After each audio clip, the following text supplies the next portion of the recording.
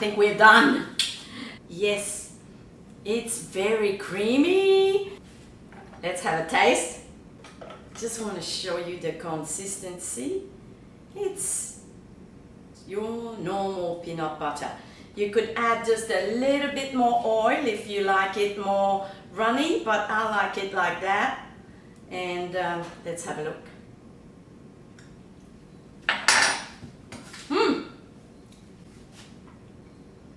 It's nice, it's thick, it's got a little bit of crunch. I like my peanut butter very smoothie, so there's a little crunch in it now, so I'm just gonna run for another 2 minutes.